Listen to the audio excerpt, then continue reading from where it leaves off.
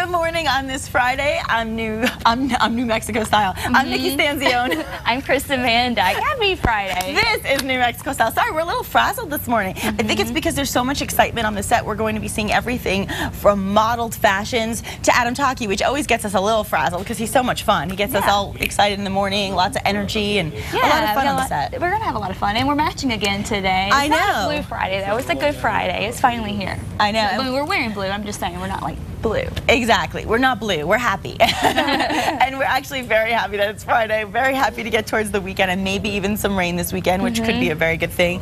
And I don't know, you said that you watched So You Think You Can Dance the other night. You loved it. Yeah, I did. So last night, I think the couple that you were talking about was Marco and Melanie. I think that's who it was, right? Yep, that was them. Awesome, and thankfully they are still on the show. They made it through the elimination. So I know, I missed it last night, and you were tennis champion. Yeah, I was playing my tennis. And I ended up going to dinner. I ran into our old producer Sarah, and also the guys from 101.7 Radio, ESPN Radio. Oh, fun! Yeah, local sports radio, Bob Brown, and we had a good time with them at Marcello's. That's very fun. I love it there. And yeah, it was. Yeah, you were out kind of having a good time. I was out trying to get my workout on, and actually it was so hot. You have no idea how torturous it was to play tennis in that heat. But it's fun. It's really, really a fun way. And maybe we'll talk more about that next week. But I have to tell you, if you're looking for something to go out, escape, work out, and not feel like you're working out, but just have a great cardio workout and a lot of fun, tennis is definitely the way to do it. And I definitely want to talk more about that. Yeah, and of course, speaking of getting fit, right? Yeah, speaking of getting fit, New Mexicans are actually getting fitter, not fatter. According to the Trust for America's Health, New Mexico's obesity ranking is 25.6%, placing it 33rd nationally. So that's not too bad. The state with the fewest fat people is actually Colorado, and the state with the big F for fattest is Mississippi. Yeah, Mississippi not doing too good. The southern states, they have trouble. It's the southern fried food, the fried chicken. I grew up on it. South Carolina. How'd you do it? Actually, 8th. Well, how do you look like that in a state where everybody is eating like that? If you eat like that, you just have to work out. Right, you just have to find balance. Stay active and keep balanced. Yeah, absolutely. And just in talking about this is something really cool, and I am so proud of her. Miss South Carolina for the Miss America organization actually lost over 100 pounds. That's a lot of weight. Yeah, I watched her grow up. I was friends with her older sister, Bree Boyce. She won Miss South Carolina, and she lost 187 pounds. Here's a picture of her winning. This was last weekend. Wow, she's gorgeous. But look at the before and after picture here. She's, wow, what? And the icing on the cake, she won best swimsuit too. Oh my gosh. So she struggled with weight all through high school, even when, I remember when she was just a little girl. I mean, I like her with darker hair better too. Yeah, and then here's one more picture of her too, like, just amazing. She's a cute girl, sweet, she's smart. I think that she is going to do really well in the Miss America pageant. I mean, that's a great platform. Sure. I mean, 8th fattest state in the country, and then look at what she's done. Yeah, well, we'll have to get her tips for how she lost the weight. I'm interested in hearing that. And now, of course, the other very hot topic of the day, while Casey Anthony sits in jail until only Sunday, the public is directing its anger toward the jury that acquitted her of murdering her 2-year-old daughter. This is very interesting. Yeah, Skyline Chili in Clearwater, Florida, a handwritten note is pasted on the door saying to Dallas County jurors, not welcome. The restaurant owner says he wants his customers to know where he stands on the controversial verdict. Clearly, we know where he stands.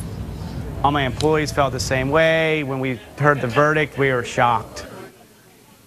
Skyline Chili customers are actually divided on the issue, but this customer agrees with the restaurant's owner's new policy.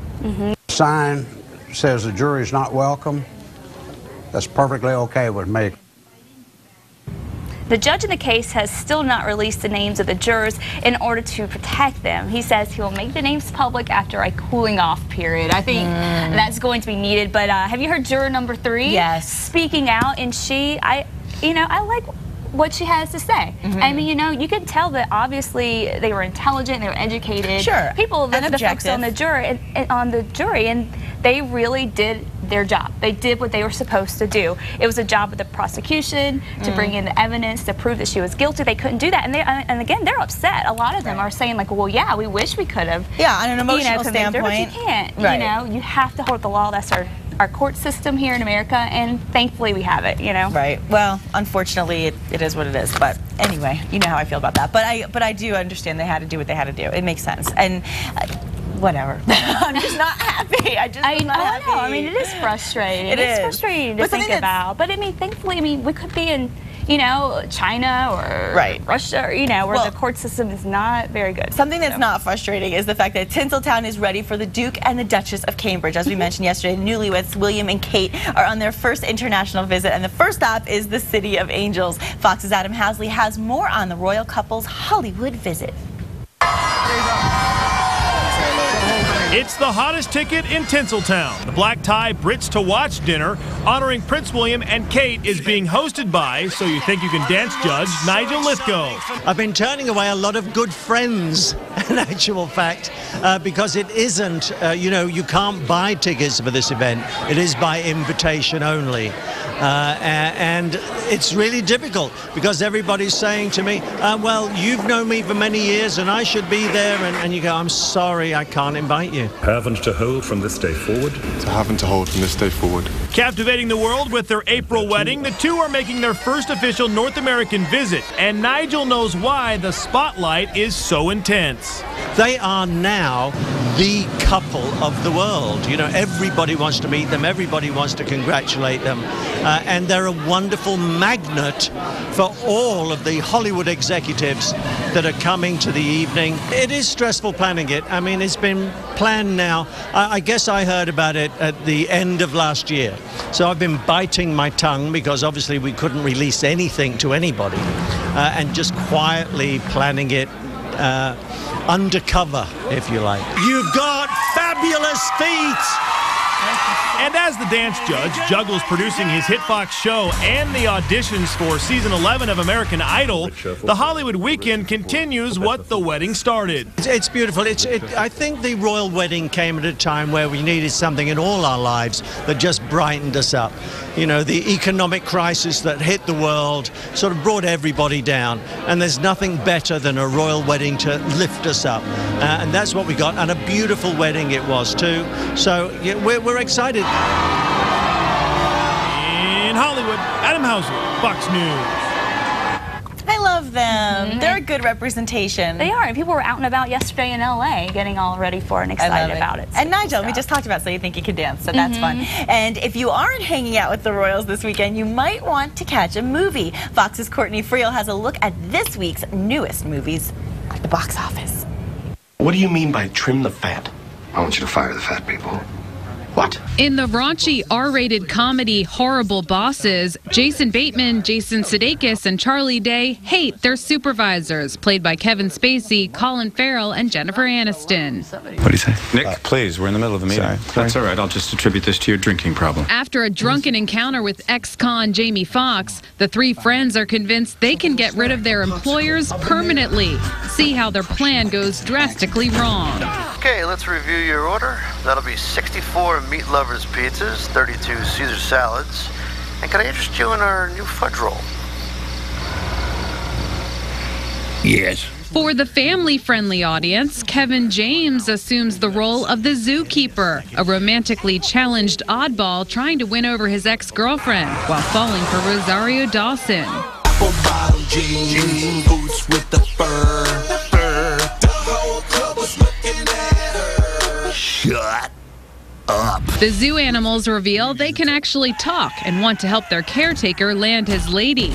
Adam Sandler, Jon Favreau, Cher, and Sylvester Stallone lend their voices to the furry friends. You're not up here by choice, are you? I have to stay up here until noon and then jump. If I don't, someone else is gonna die. The action-packed thriller The Ledge is out in limited release, but available everywhere with video on demand. Patrick Wilson plays an extremist Christian whose wife, Liv Tyler, has an affair with their atheist neighbor.